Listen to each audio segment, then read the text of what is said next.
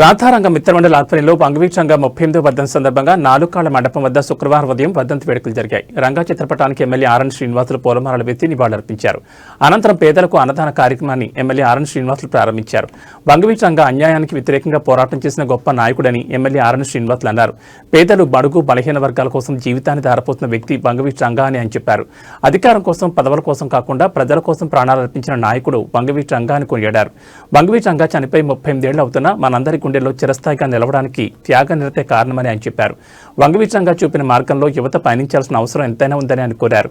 ఈ కార్యక్రమంలో రాష్ట్ర హస్తకళ అభివృద్ధి corporation chairman doctor Pasupuleti Hariprasad, TDP cluster incharge Pulugoru Murali, corporator Ponnala Chandra, Radharanga Mitramandali నాయకులు ఆర్కాటి కృష్ణప్రసాద్, జనసేన నగర అధ్యక్షులు రాజారెడ్డి, సికే రవి, ఎంకే లోకేష్, అల్వార్ మురళి, ఆర్కాట్ కృష్ణయ్య, ఆమదాల వెంకటేష్, కేవీ రమణ, రమేష్ నాయుడు, ఆనంద్, శిరీష, హేడిఎస్ సభ్యులు, మునుస్వామి తదితరులు పాల్గొన్నారు.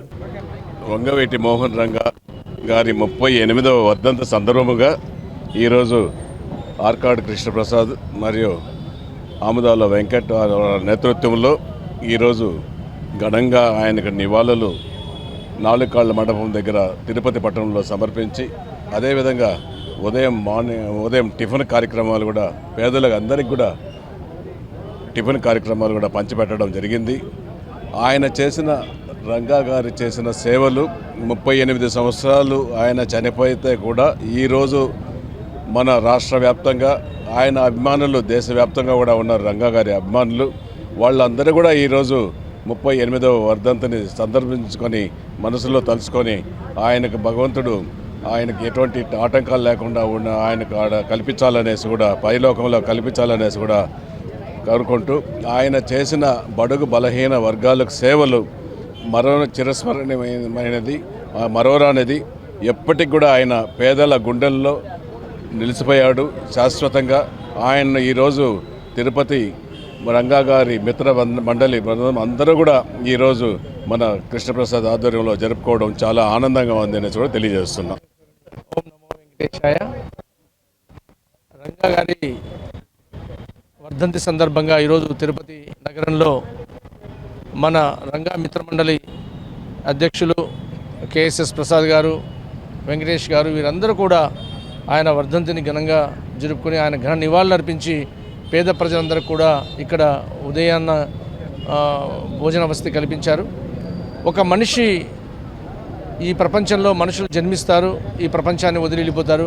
కానీ అతి కొద్ది మంది మాత్రమే వారు పరమపదించిన తర్వాత కూడా ప్రజల గుండెల్లో చిరస్థాయిగా, చిరస్మరణీయులుగా నిలబడిపోతారు. అటువంటి నాయకుడు రంగా గారు. ఆయన చేసిన పని బడుగు బలహీన వర్గాల అభ్యున్నతి కోసం ఆయన చేసిన పని ఈ ప్రతి ఒక్కరికి కూడా, రాష్ట్రమే కాదు దేశమంతా కూడా రంగా గారిని తలుచుకునే లాంటి గొప్ప నాయకుడు రంగా గారు.